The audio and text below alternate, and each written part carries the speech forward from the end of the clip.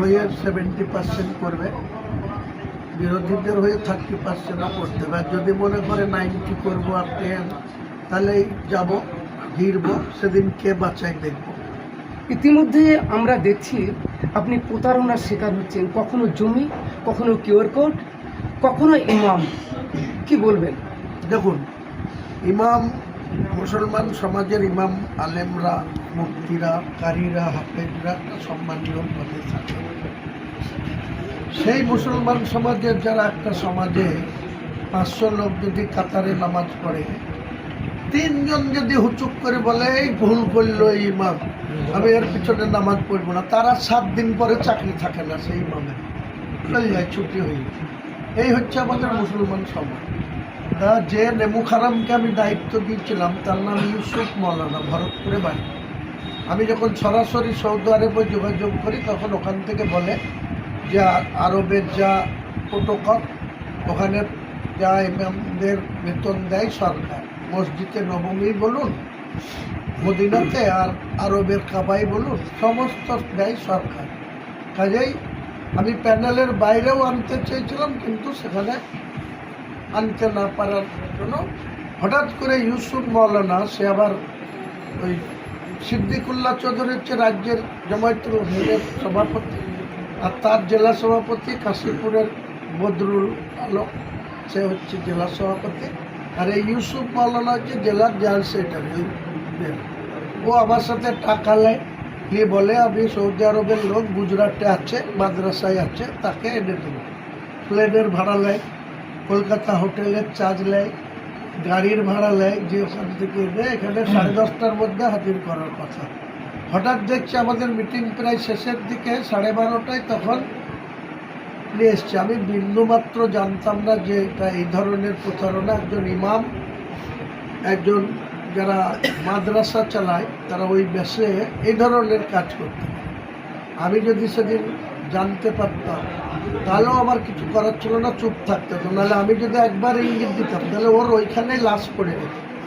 তো আমি সেটা করিনি, পরে জানতে পেরেছি, তার বাড়ি গিয়েছি, দেখি এটা কেন করলাম। সে আমার হাতে পায়ে ধরে, একটা ইমাম মানুষ, সে হাতে পায়ে ধরে ক্ষমা চাইছে। তার কি বলবো? ঠিক আছে, ছেড়ে দিন। আজকে বক্তব্য দিলেন যে আপনার হিন্দু প্রার্থী অনেক হবে, হ্যাঁ, সে আপনার ওই হিসাবে কতটা আপনাকে সাপোর্ট দিচ্ছে হিন্দুরা, সনাতন ধর্মীয়? দেখুন, আমার পার্টিটা সেকুলার পার্টি হবে, ধর্মনিরপেক্ষ দেশ, ধর্মনিরপেক্ষ পার্টি। আমি সেই পার্টির সর্বময় কর্তা, অর্থাৎ তৃণমূল কংগ্রেসের চেয়ারপারসন হচ্ছে মমতা ব্যানার্জি, আমার পার্টির চেয়ারপারসন হচ্ছে খোদ আমি। আর আমার 75 জনের স্টেট কমিটি ডিক্লেয়ার করবো ওই দিনকে। তারপরে মুর্শিদাবাদ জেলার প্রত্যেকটা ব্লক কমিটি, জেলা কমিটি সব করে নেব 2 মাসের মধ্যে, ভোট ডিক্লেয়ার হওয়ার আগে।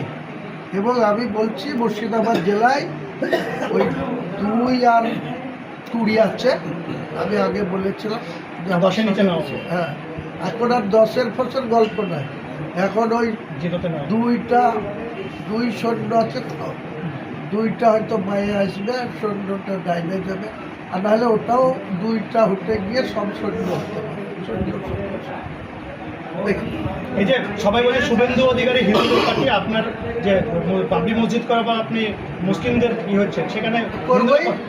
ও যদি শুভেন্দু অধিকারী যদি বলতে পারে যে আমি হিন্দুদের নেতা, হিন্দুদের এমএলএ, আর তার সাথে কম্পিটিশন করতে গিয়ে সরকারি কোষাগার থেকে, আমাদের ট্যাক্সের টাকা থেকে জগন্নাথ মন্দির হবে, কার্নিভাল হবে, 1,10,000 করে পুজোতে টাকা লাগে, গ্রামের কোনো পুজোতে তাদেরকে নাচ গান করার জন্য, ড্রিঙ্কস করার জন্য টাকা দিবে সরকারি কোষাগার থেকে। আর মুসলিমদেরকে বোকা পেয়েছে, 3,000 টাকা ইমাম, 2টো মিলে মসজিদদের 1,500 আর এদের 3,000, 2টো মিলে হয় বছরে 54,000। আর এদেরকে 10,000 দিয়ে শুরু করেছিলাম। মুসলিমদের ভোটে মুখ্যমন্ত্রী তাদেরকে টাকা দিচ্ছে কত? 54,000, আর তাদের দিচ্ছে কত? 1,10,000। 1,100 কোটি টাকার জায়গা, 15 একর, 45 বিঘি, রাজারহাট নিউ টাউনে, ওয়েস্টিন হোটেলের ঠিক উল্টো দিকে, এই পুজো করার, করার জন্য, মন্দির করার জন্য দিয়ে দিচ্ছে। সাধু সন্ন্যাসীরা বুদ্ধবাবুর আমলে জ্যোতিবাবুরা বলে তারা সাগরবেলায় যায়নি। সাগরবেলায় যাওয়ার জন্য সন্ন্যাসী সাধুদের যাওয়ার জন্য 1700 কোটি টাকা দিয়ে তিনি ফ্লাইওভার করছে, আর সরকারি কর্মচারীদের বিয়ের বেলায় কোর্টে যাচ্ছে। ট্রাস্টের নামে যে কিউআর কোডের সম্বন্ধে একটু মানুষ জানতে চাইছে। দেখুন, ট্রাস্টের কিউআর কোড মির্জাপুরের একজন ডুপ্লিসিটি করে তার কিউআর কোডে টাকা ঢুকিয়েছে। কত টাকা জালিয়াতি হয়েছে? কত টাকা হচ্ছে আমি তো ট্রান্স করবো না। সার্ভার ক্রাইমকে কমপ্লেন করেছি, এফআইআর লজ হয়েছে, তারা ইনকোয়ারি করে দেখছে, কেউ ছাড় পাবে না। আমি 1 টাকা নয় ছয় করবো না, আর কাউকে 1 টাকা নয় ছয় করার অধিকারও ছাড়বো না, ওকে, একদম দেব না। আগামী দিনে মুসলমানরা যেভাবে আপনার প্রতি মানে স্রোত বইছে, আপনি তাদের সঙ্গে কোনো বেইমানি করবেন না তো? কোনোদিন করবো না। মুসলমান কোনোদিন বেইমান হয় না, প্রকৃত ইমানদার মুসলমান কোনোদিন বেইমান হয় না। আমি তাদের মধ্যে একজন করি। আর শতকরা মুসলমান সমাজের 80-85 খালি মুর্শিদাবাদ, গোটা ওয়েস্ট বেঙ্গল, গোটা ভারতবর্ষ, যে যেখানে আছে